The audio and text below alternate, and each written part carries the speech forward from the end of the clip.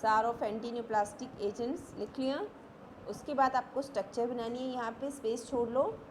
किसकी स्ट्रक्चर बनानी है? 6 मरकेप्टोप्यूरिन, जो कि मैंने आपको व्हाट्सएप ग्रुप पे सेंड की हुई है फ़ोटो क्लिक करके। वहीं से देख के आपको स्ट्रक्चर बनानी है 6 मरकेप्टोप्यूरिन। Done.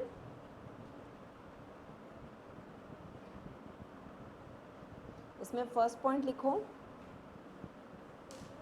Write down the first point. The activity of the drug, the activity of the drug increases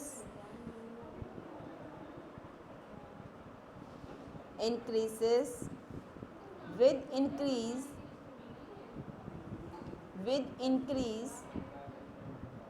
in the ma'am आपकी आवाज़ बहुत स्लो आ रही है। the activity of the drug। अब ठीक है बेटा? Yes ma'am. The activity of the drug increases with increase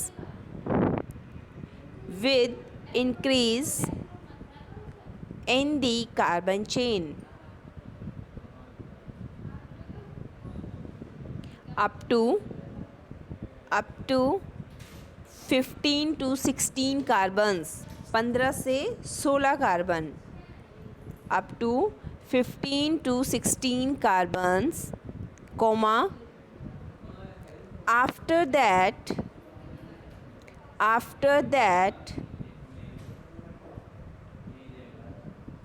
it again decreases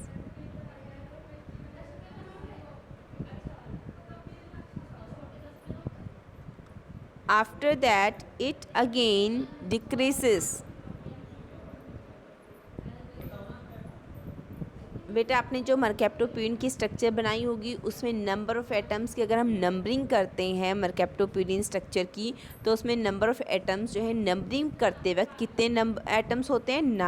9 तक नंबरिंग आती है। लेकिन यहाँ पे सार के अकॉर्डिंग कह रहे हैं कि अगर हम इस स्ट्रक्चर की सब्स्टिट्यूशन कर देते हैं, ठीक है, यानी कि नंबर ऑफ़ एटम्स या फिर कार्बन चेन आपकी इतनी लेंथी कर देते हैं कि जो नंबरिंग है 15 से 16 तक चली जाती है, तो उससे क्या होगा? एक्टिविटी इंक्रीज़ तो हो जाएगी, बट कुछ टाइम ऐसा आएगा कि उसके बाद उसकी एक्टिविटी फिर से दोबारा से डिक्रीज़ हो जाएगी, कम हो जाती है, ठीक है, according to its therapeutic effect. अब सेकेंड पॉइंट में लिखो, substituent eight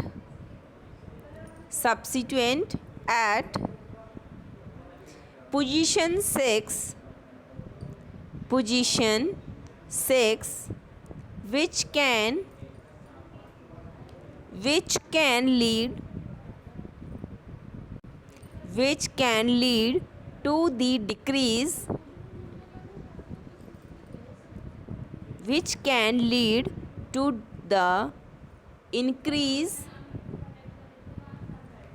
increase in the resonance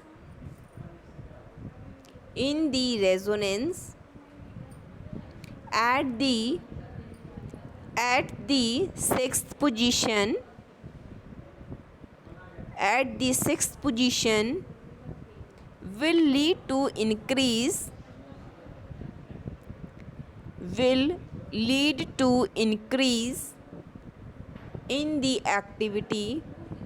lead to increase in the activity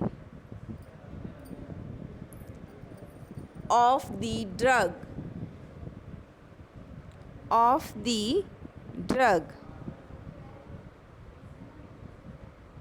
ma'am एक बार दोबारा रिपीट कर दो ये वाला point. substituent at position 6 which lead to the increase in the resonance at 6th position will lead to increase in activity of the drug। ठीक है, तो इसका मीनिंग क्या है बच्चे? सेकंड पॉइंट का मीनिंग ये है कि मरकैप्टोप्यून की जो स्ट्रक्चर है उसमें 6th पोजीशन पे अगर हम सब्स्टिट्यूशन करते हैं, ठीक है, वहाँ पे कौन सा ग्रुप है? SH थायो ग्रुप लगा हुआ है। अगर हम उसकी जगह कोई और ग्रुप अटैच कर देते हैं तो उसकी क्या कहलाएगी? वो रेजोनेटिंग स्ट्रक्चर कहलाएगी। और उससे क्या होगा कि उसकी एक्टिविटी जो है वो इंक्रीज़ होगी, ठीक है। नेक्स्ट है थर्ड पॉइंट। थर्ड पॉइंट में लिखो introduction of the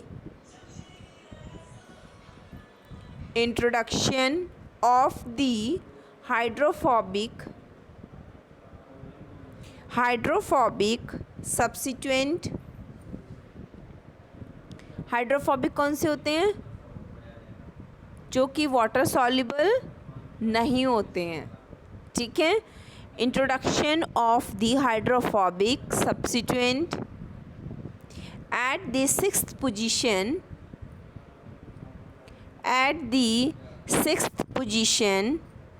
will increase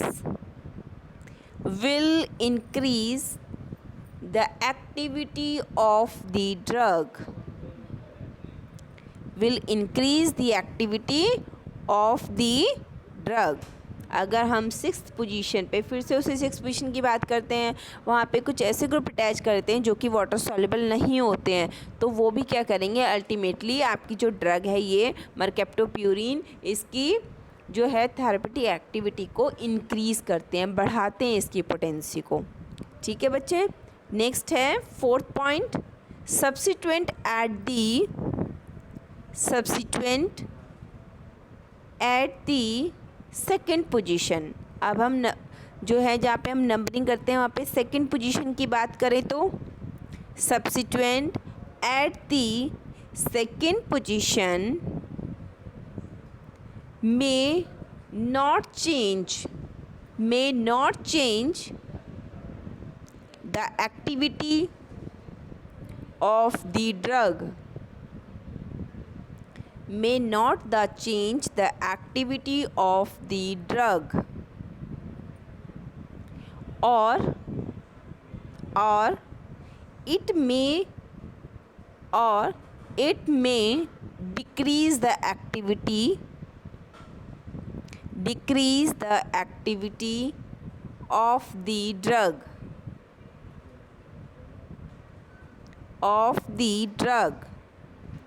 depends on the type of substituent,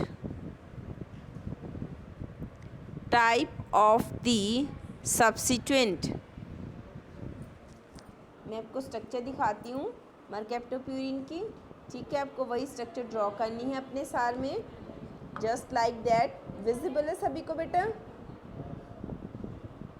structure of मरकैप्टोप्यूरिन सभी को दिखाई दे रही है? मैम थोड़ा ऊपर करो मैम, कैमरे नहीं आ रहा। नाउ अब ठीक है। यहाँ पे देखो बेटा, ये मरकैप्टोप्यूरिन की स्ट्रक्चर है, आपको भी ऐसे ही अपने नोट्स में से देख के ड्रॉ करनी है। और मैंने इसकी नंबरिंग की हुई है 1 2 3 4, ठीक है। फिर उसके बाद 5 ये है, फिर 6 पोजीशन ये है। तो 6 पोजीशन में इसकी बात कर रहे थे कि कार्बन चेन अगर लेंथी करते हो पोटेंसी बढ़ जाती है, ठीक है, लेकिन कुछ टाइम के बाद वो कम हो जाती है। अगर हम नंबर ऑफ़ कार्बन एटम्स कितना कर देते हैं, 15 से 16 करेंगे तब। डायग्राम गायब हो गया। आप ठीक है?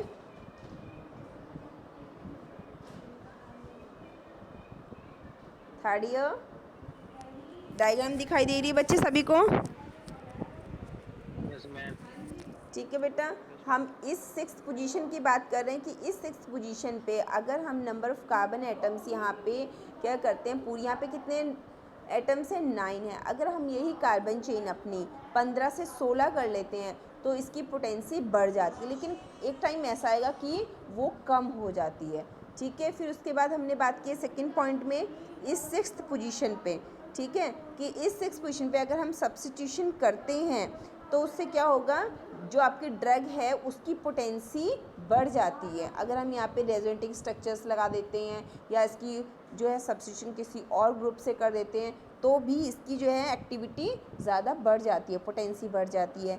फिर उन्होंने कहा कि अगर इसी 6th पोजीशन पे यहाँ पे हम कुछ ऐसा ग्रुप लगाते हैं जो कि हाइड्रोफोबिक इन नेचर हो, ठीक है, यानी कि वाटर इनसॉल्युबल हो, तो भी इस ड्रग की एक्टिविटी क्या होती है, अल्टीमेटली बढ़ जाती है। फिर उसके बाद हमने बात की है आपके 4th पॉइंट में इस 2nd पोजीशन की, कि इस 2nd पोजीशन पे अगर हम कोई सब्स्टिट्यूशन करते हैं तो उसका कोई भी इफ़ेक्ट नहीं पड़ता है, ठीक है, कोई चेंज नहीं आता इसकी पोटेंसी में।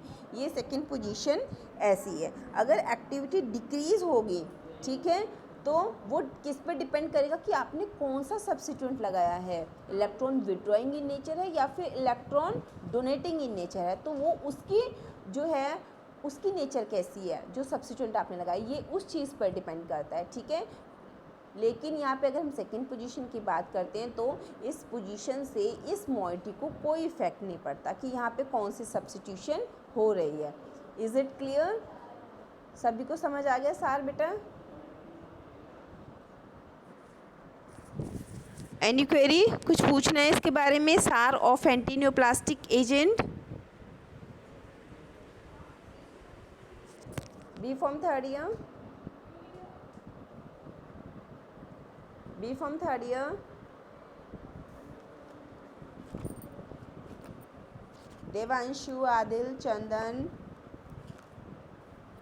यस मैम, समझ आ गया मैम।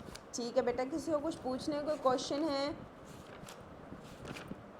लास्ट टाइम अर्जुन है यहाँ पे, अर्जुन ने मुझसे पूछा था कि स्टैंड के बारे में, आई थिंक उसे क्लियर नहीं था, तो मुझे वो भी समझाना था बेटा,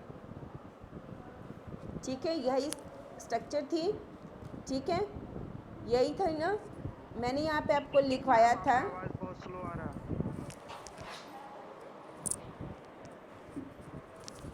लास्ट टाइम मैंने आपको ये डायग्राम बनवाया था बेटा, सभी ने बना लिया था, हाँ मैम। ठीक है, यस मैम। ठीक है। लास्ट टाइम मैंने आपको बताया था कि इनके बीच में ये जो यहाँ पे ग्वेनिन है, इनके बीच में क्या होता है, जो कनेक्शन होता है, बॉन्डिंग होती है। कौन सा प्रोसेस होता है बेटा इनके बीच में? रेप्लिकेशन एंड ट्रांसक्रिप्शन जो होता है, ठीक है, तो उसको इनहिबिट कौन कर रहे हैं? आपके अल्काइलेटिंग एजेंट, ठीक है। मैं उसको लास्ट टाइम यही बता रही थी कि अगर इनके बीच में जो रेप्लिकेशन हो जाएगी तो उससे क्या होगा कि नेक्स्ट डीएनए फॉर्म हो जाएगा। लेकिन अगर ये रेप्लिकेशन ही नहीं होगी, इनके बीच में ट्रांसक्रिप्शन रेप्लिकेशन ही नहीं होगी, तो नया डीएनए ही नहीं बनेगा। तो ये किसको प्रिवेंट कर रहे हैं? इनके बीच में जो ट्रांसक्रिप्शन एंड रेप्लिकेशन हो रही है, ठीक है, ग्वेनिन के बीच में। ये कैसे करती हैं? आपने स्ट्रक्चर बनाई होगी, मैक्लोइड-थीमिन की बनाई है। देखो बेटा, मैक्लोइड-थीमिन की स्ट्रक्चर बनाई है, इसमें क्या है आपका, नाइट्रोजन के साथ में मिथाइल ग्रुप है, फिर आगे फर्दर सब्स्टिट्यूशन हो रखी है। सबको दिखाई दे रहे हैं? बी फॉर्म थर्ड ईयर,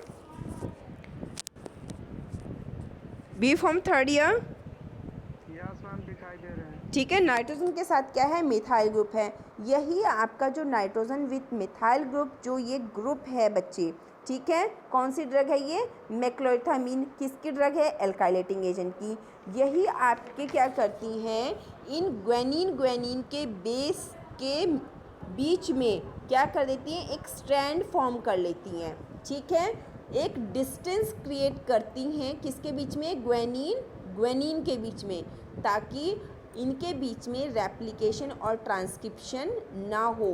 तो यहाँ पे जो मैंने ये बॉन्ड सा बना रखा है, ग्वेनिन के बीच में जो स्ट्रैंड है वो इसी का स्ट्रैंड है, नाइट्रोजन विथ मिथाइल, ठीक है। क्लियर है बच्चे?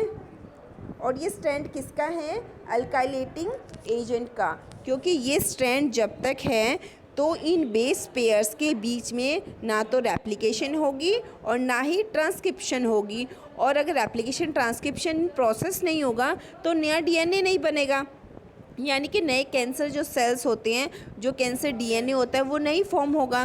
तो इस तरह से आपके जो अल्काइलेटिंग एजेंट होते हैं उनको बाईफंक्शनल इन नेचर बोला जाता है, कि वो बाईफंक्शनल नेचर है उनका, दो तरह से काम करते हैं। एक तो इनके बीच में स्ट्रैंड फॉर्म कर लेते हैं और ऊपर से इनका जो डीएनए होता है उसमें म्यूटेशन प्रोड्यूस कर देते हैं, जिसकी वजह से अल्टीमेटली उनके जो कैंसर सेल्स के जो डीएनए है वो रप्चर हो जाते हैं। क्लियर है बच्चे?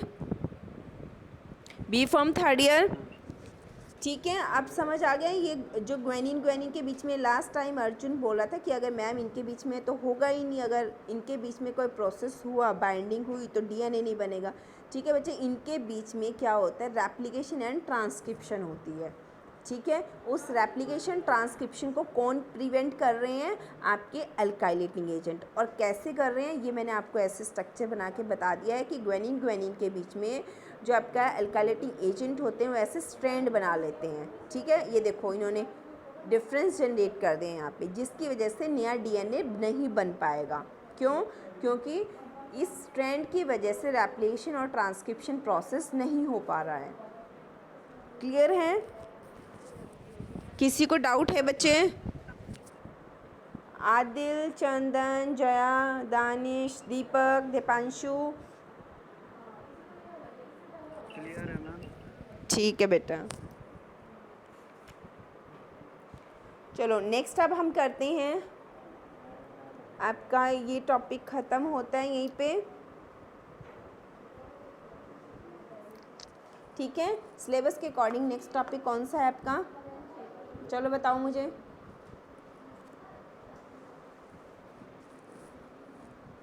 सिलेबस के अकॉर्डिंग कौन सा है नया chapter? Deepak? Anti angina. Metabolites. Anti metabolites. बच्चे हो गया वो, इसकी स्ट्रक्चर्स ही करनी थी। ठीक है, ये सब भी एंटी न्यूप्लास्टिक एजेंट के अंडर आते हैं। एंटी न्यूप्लास्टिक और आपके प्लांट प्रोडक्ट्स, आपके एंटीबायोटिक्स और जो अदर स्ट्रक्चर्स हैं, ये सभी के सभी किस में आते हैं, अल्काइलेटिंग एजेंट में आते हैं। और क्लासिफिकेशन के अंडर हमने उनकी स्ट्रक्चर्स कर ली हैं और कलेक्टिवली हमने सार भी कर लिया। और सार हमने किसका किया, मरकैप्टोप्यूरिन, क्योंकि जिन स्ट्रक्चर्स के नेम के ऊपर स्टार बना हुआ है उन्हीं के सिंथेसिस करनी है और उन्हीं पे बेस्ड आपको सार करना है। अगर किसी भी क्लासिफिकेशन में आपके सिलेबस में किसी स्ट्रक्चर के ऊपर स्टार नहीं फॉर्म होता है तो उस क्लास का आपको सार भी नहीं करना है, ज़रूरी नहीं है। ठीक है, सभी को समझ आ गई बात? जिस कैटेगरी में कोई स्टार नहीं बना होता है स्ट्रक्चर्स की नाम के ऊपर, उनका सार ज़रूरी नहीं, उनका सार नहीं करना है।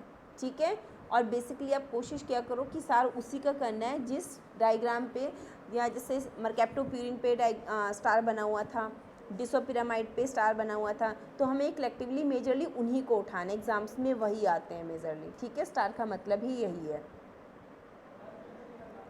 Is it clear to all? B pharm third year, B pharm third year. Yes ma'am. ठीक है बेटा, नेक्स्ट करते हैं हम एंटी एंजाइनल, आपकी सेकेंड यूनिट। ठीक है, हेडिंग डालो नेक्स्ट पेज से, एंटी एंजाइनल। इसकी इंट्रोडक्शन करेंगे आज, और इसके जो इंट्रोडक्शन के बाद जो स्ट्रक्चर्स होंगी मैं आपको व्हाट्सएप ग्रुप पे सेंड कर दूंगी, वो ड्रॉ कर लेना, पहले से ही ड्रॉ करके रखा करो। ठीक है दीपक? Yes ma'am. चलो बच्चे, इंट्रोडक्शन करते हैं एंटी एंजाइनल ड्रग्स की। So write down, an anti anginal, an anti-anginal is a drug used in treatment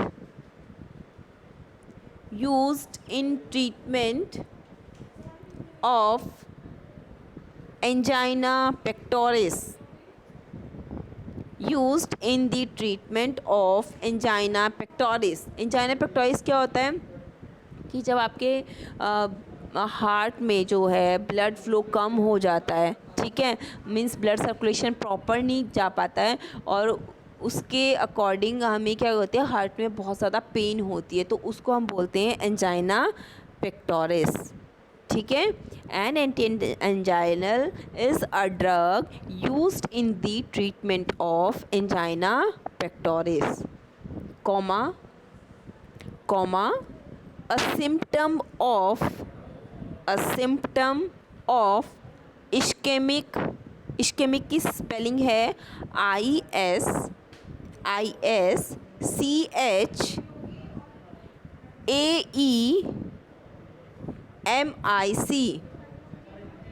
ischemic heart disease.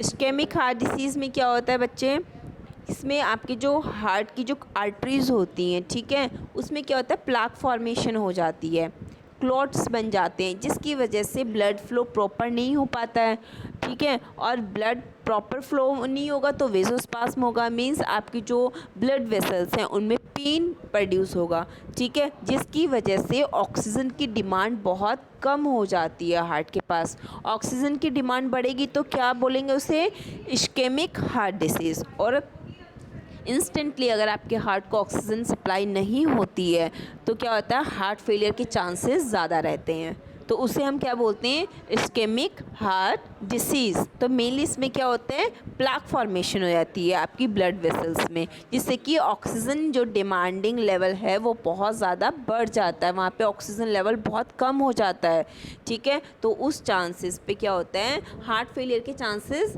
ज़्यादा हो जाते हैं। डन बेटा, रिस्पॉन्स दे दिया करो मुझे, देवांशु, दीपांशु, यस मैम। ठीक है। आगे कंटिन्यू करें, सभी ने लिख लिया?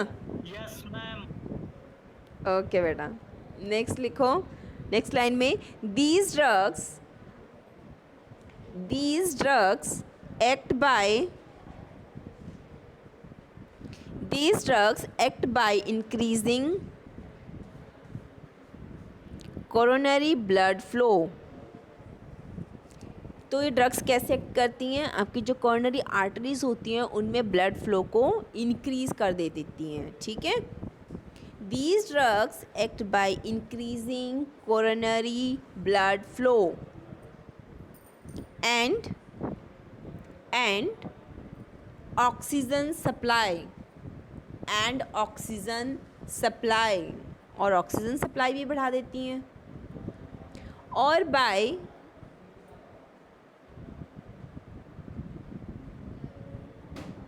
और या फिर हम उसका उल्टा बोल सकते हैं, और by वेसोस्पैस्म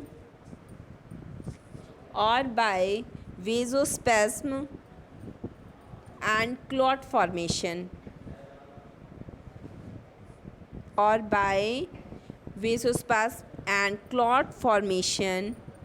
decreases in blood flow।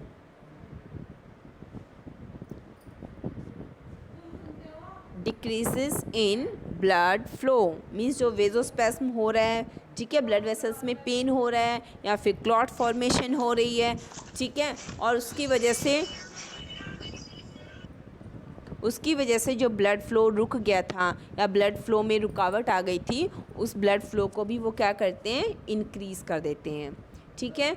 तो एंजाइना कितने टाइप्स के होते हैं हमें करना पड़ेगा। तो सबसे पहले लिखो, there are 3 types of angina. There are 3 types of angina. First point पे लिखो स्टेबल एंजाइना। फर्स्ट पॉइंट पे लिखो स्टेबल एंजाइना। ब्रैकेट में लिख लो मोस्ट कॉमन, कॉमनली यही होता है, मोस्ट कॉमन। इसमें लिखो अटैक्स आर, जो हार्ट अटैक आते हैं, ठीक है, attacks are predictably provoked by exercise,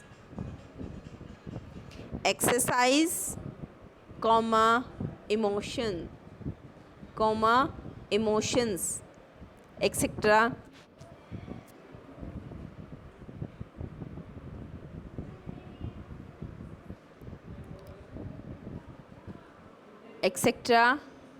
Full stop. It lasts for several seconds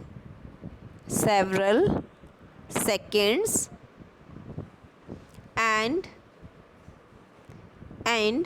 subsides on rest. Done. Gaurav, Farid, yes ma'am. ठीक है बच्चे। तो स्टेबल एंजाइना में क्या होता है कि जब कई बार होता है कि एक्सरसाइज करते हैं, कुछ हैवी एक्सरसाइज कर लेते हैं, ऑक्सीजन डिमांड बहुत कम हो जाती है हार्ट में, या फिर आपने मूवीज़ में देखा होगा कि कुछ ऐसा इमोशनल सीन आता है, ठीक है, कि वो एकदम से उन्हें अटैक आ जाता है, तो वो क्या कहलाता है, इमोशंस की वजह से अटैक आया है। और ये क्या, ऐसे अटैक क्या होते हैं कि मतलब थोड़ी देर तक ही रहते हैं, और थोड़ी देर के बाद जब आप रेस्ट कर लेते हो, आराम कर लेते हो, तो ये ठीक हो जाते हैं, ठीक है। डॉक्टर क्या कहते हैं कि रेस्ट करो, आप ठीक हो जाओगे। तो ये इनको हम क्या कहते हैं, कॉमनली होता है, मोस्ट कॉमनली अटैक्स हो जाते हैं ऐसे। क्योंकि हार्ट अटैक में क्या होता है, हमेशा आपको पता है कि पहले 2 चांसेस में तो डॉक्टर कहते हैं कि पहले 2 चांस तो ठीक है कि आप झेल जाओगे, लेकिन थर्ड चांस ऐसा होता है कि आपका हार्ट जो है नहीं झेल पाता है, ठीक है। तो पहले 2 जो चांसेस होते हैं वो इन टाइप्स के ही एंजाइना होते हैं कि जिन्हें आपकी बॉडी जो है टॉलरेट कर सकती है। तो सेकंड वाला है आपका unstable angina. Unstable angina, unstable कैसे होते हैं, write down. It is characterised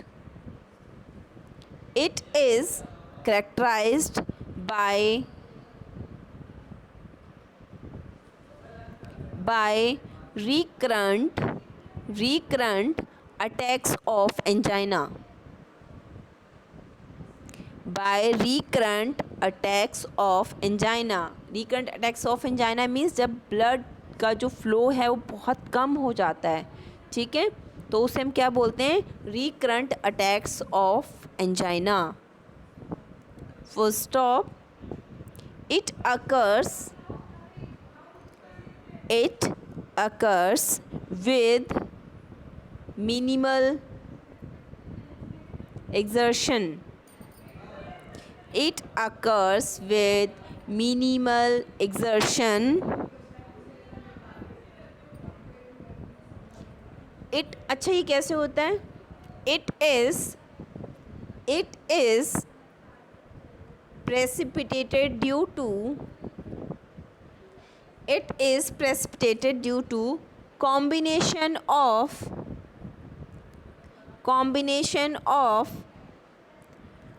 atherosclerotic plaque,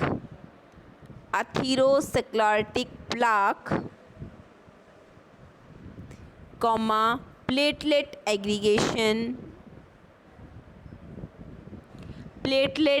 aggregation at ruptured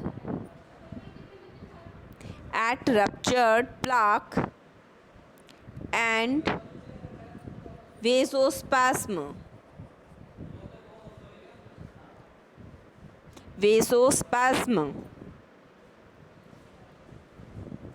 means unstable angina आपकी कब होती है बच्चे, जब आपकी बॉडी में कोलेस्ट्रॉल लेवल बहुत बढ़ जाता है, फैटी एसिड्स बढ़ जाते हैं, तो उससे क्या हो जाता है, आपकी जो ब्लड वेसल्स होती हैं उनमें प्लाक फॉर्मेशन होना स्टार्ट हो जाता है, और कई बार क्या होता है, क्लॉट बन जाते हैं, जो ब्लड होता है ब्लड के थक्के जम जाते हैं आपकी ब्लड की वेसल्स के अंदर, जिनकी वजह से भी ऑक्सीजन डिमांड बहुत ज़्यादा हो जाती है, ऑक्सीजन लेवल बहुत कम हो जाता है आपके हार्ट के लिए। तो उस स्टेट को हम क्या बोलते हैं, unstable angina.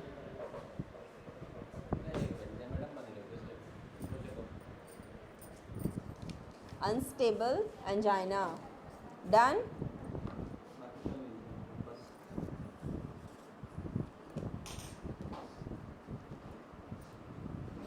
Next third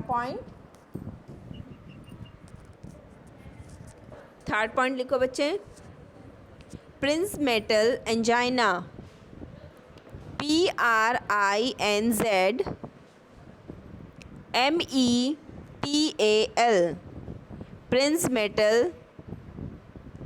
brackets में लिखो variant angina,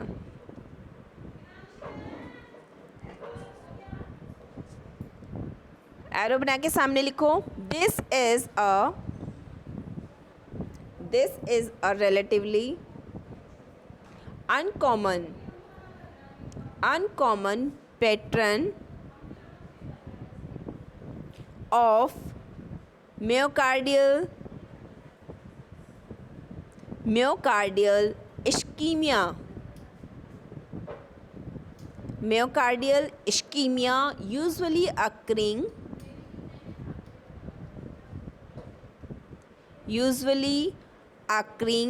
at rest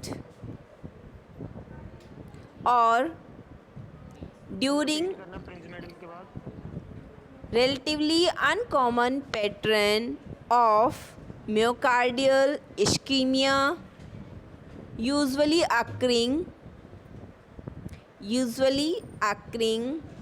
at rest or during sleep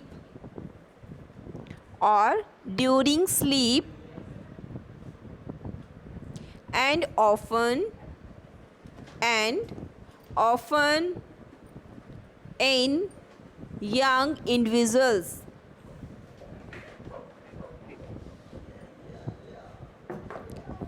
It is induced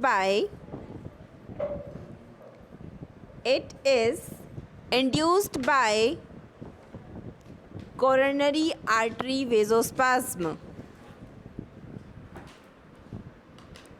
Coronary artery vasospasm. Done?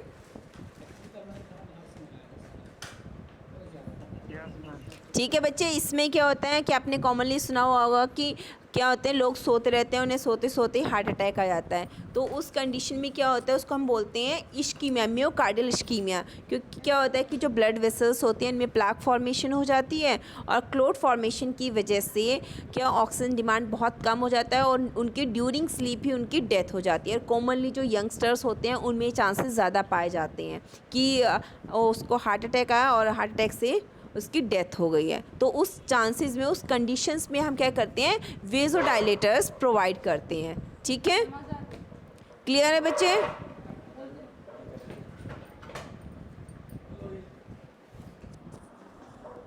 B pharm third year.